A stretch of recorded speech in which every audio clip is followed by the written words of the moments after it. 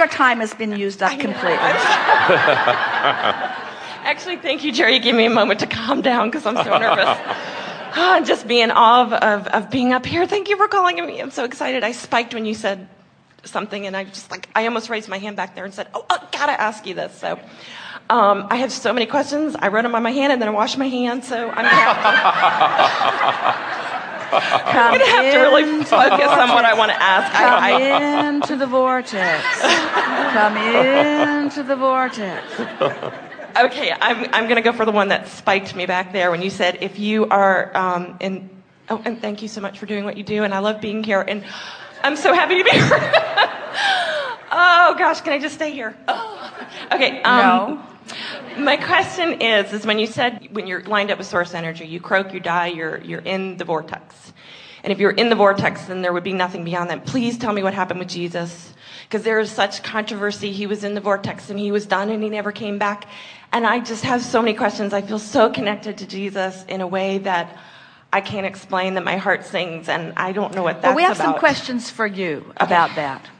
Do you believe that, first of all, does it resonate with you that you are an eternal being? Yes. And do you think that's true of Jesus? Absolutely. And does it make sense to you that even though you're here in this physical body, or even though he was here in a physical body, does it make sense to you that the larger part of you is non-physical? Yes. Does it make sense to you that while you are in your physical body, you have access to all of that? Yes. Does it make sense to you that while you're in your physical body, you, by virtue of what you're thinking, could be in or out of the vortex? It could go either way, and that you have control over it. Does it make sense to you from the scanty part of the story of his life that you have actually been able to hear? Does it make sense to you that he was not so different from you in the sense that there were things that he focused upon that took him into the vortex and allowed the clarity? In other words, when you sat before him dripping your illness and he held you as his object of attention, he did not allow himself to see your illness. Instead, he knew the wholeness of you because he was in the vortex where he could see all that you had become. And he trained himself not to be distracted.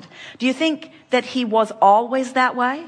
Do you hear the story of how he left his village and went somewhere they knew not where and was gone for some period of time?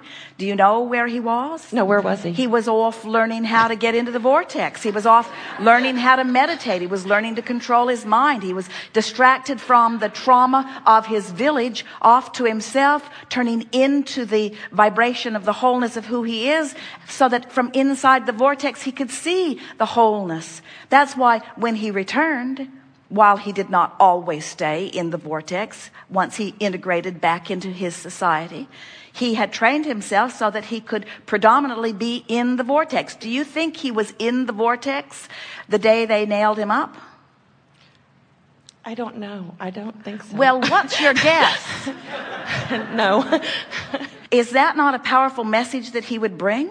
In other words, if you could hear him, what he was saying is, I'm not different from you. The kingdom of heaven that you are all looking for over here, over here, over here, over here, over here, over here, isn't over there, isn't over there. It's over here. The kingdom of heaven is within you. It is a vibrational place. You tune into it. Everyone is an extension of it, you see. When you wait for him to come back, do you understand that that's what is flowing to all of you? In other words, it's physical humans who stand outside the vortex and write this stuff always get it wrong. Helpful? Very helpful. Did he resurrect, like come up back from the dead like the Bible says, or did he pull a fast one and go down the aisle or down the alleyway and somebody took his place? I'm just really curious.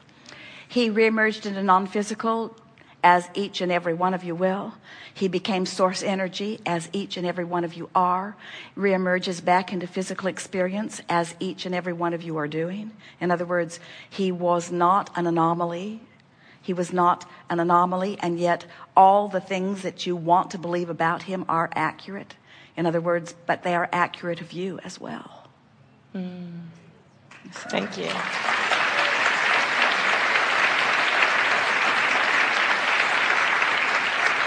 You see, sometimes you find those symbols that you use as mile markers or goalposts for yourself.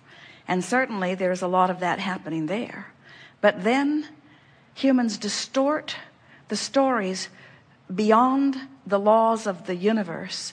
And then when they cannot achieve the same distortion, then it makes the story all the much more unusual, until you hold as your example something that wasn't, something that isn't, and something that couldn't be, and then you use that to club yourself about the head with.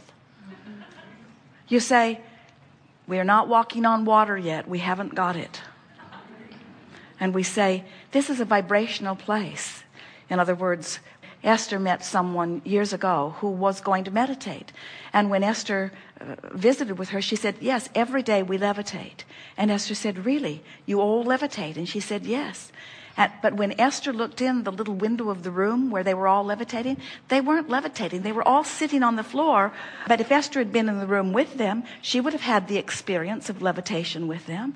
In other words, you have to be in the vortex. You have to be up to speed with who you really are, you see.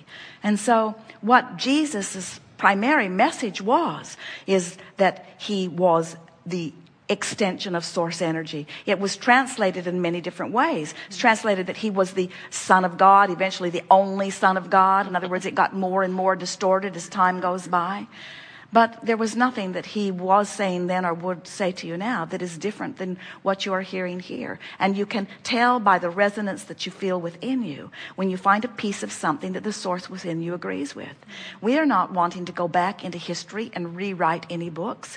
It's not necessary. What we want you to do is to find the feeling place of where you are, acknowledge that there is a larger part of you that you have expanded to, and then feel yourself into resonance with who you are. We want to empower you to your own guidance system. And when you do, while you will continue to love and appreciate this one that you know as Jesus, you won't hold him on a pedestal that you have not yet achieved. You will see him as a partner in creation. You will feel the equality of that which you all are. You will feel the fullness. You will never really know who he is until you achieve that same vibration, you see. Don't make yourself separate and apart from him. Don't hold him in a category in your mind or on a pedestal that is unreachable for you. That was never his message. And that's why when you tell the story in that way, it always feels the way it does in your gut. It's bogus. It's off, you see. When you hear the stories of love, when you hear the parables, when you listen to the way he cared about others, sometimes you feel all full of yourself. Because in the reading or the hearing of that, you come into alignment with who you are. But the majority of the story, the part that's most emphasized about this blessed being who came to teach, to uplift you all to the same alignment, the majority of the story that is told is about the day that he was not in the vortex. And then all of the stories that you then have to tell in order to make that fit, and that make that fit, and then make that fit, and then make that fit. And before you know it, everybody says, I believe, but nobody knows what they're believing because nobody feels it.